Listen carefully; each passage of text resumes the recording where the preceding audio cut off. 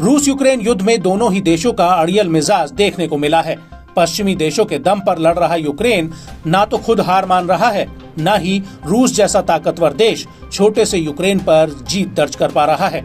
ऐसे में दोनों ही देशों की सेनाओं और उनकी जनता को सबसे ज्यादा इस युद्ध का दंश झेलना पड़ रहा है। रूसी हमलों से त्रस्त यूक्रेन ने अब भीषण पलटवार करना शुरू कर दिया है। अमेरिका से मिली खतरनाक मिसाइलों के बूते यूक्रेन ने एक बार फिर रूस पर हावी होने की मंशा जताई है।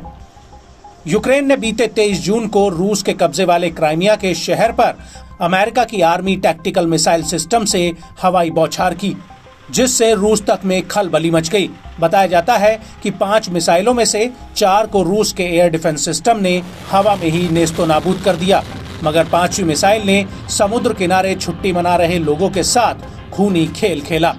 इस मिसाइल हमले में 4 लोगों की मौत हो गई, जिनमें 2 बच्चे भी शामिल हैं, तो वहीं 150 से ज्यादा लोग इस हमले में बुरी तरह से घायल हो गए।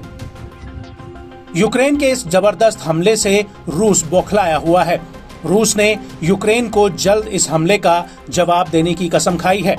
रूस ने इस हमले के पीछे अमेरिका का हाथ बताते हुए दोषी करार दिया है। रूसी रक्षा मंत्रालय का दावा है कि अमेरिका की ओर से सप्लाई की गई मिसाइलों का यूक्रेन ने रूस के खिलाफ इस्तेमाल किया।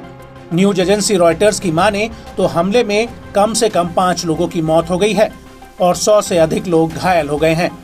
वहीं इस हमले से भड़के पूर्व रूसी राष्ट्रपति दिमित्री मेदवेदेव ने चेताया कि यूक्रेन की ओर से क्राइमिया के शहर पर मिसाइल हमले के बाद अमेरिका भीषण आग में जल जाएगा। अमेरिका यूक्रेन को मिसाइलों की सप्लाई करता है और रूस पर हमला करने में यूक्रेन की मदद करता है। अमेरिका की हर साजिश का पर्दाफाश हो गया है। अमेरिका और यूक्रेन दोनों देश नरक में जलेंगे। जो कुछ भी क्राइमिया के शहर में हुआ वो सैन्य कार्रवाई नहीं थी, बल्कि हमारे लोगों के खिलाफ एक आतंकी हमला था, जो एक खास दिन छुट्टी देखकर किया गया था। मालूम हो कि ये पहला मौका नहीं है जब रूस के पूर्व राष्ट्रपति मेदवेदेव ने अमेरिका पर हमला बोला है। इससे पहले उन्होंने अमेरिका को हिलाने के लिए कहा था। दरअसल रूस ने अपनी परमाणु मारक क्षमता को सीमित करने की बातचीत को खारिज किया था। जब तक अमेरिका यूक्रेन के लिए सहायता वापस नहीं लेता, तब तक परमाणु हथियार और इंटरकॉन्टिनेंटल बैलिस्टिक मिसाइलों की संख्या में कोई सीमा नहीं हो सकती। ऐसा दावा है कि यूक्रेन के हमले के बाद से रूसी राष्ट्रपति पुतिन सेना के साथ लगातार संपर्क में हैं।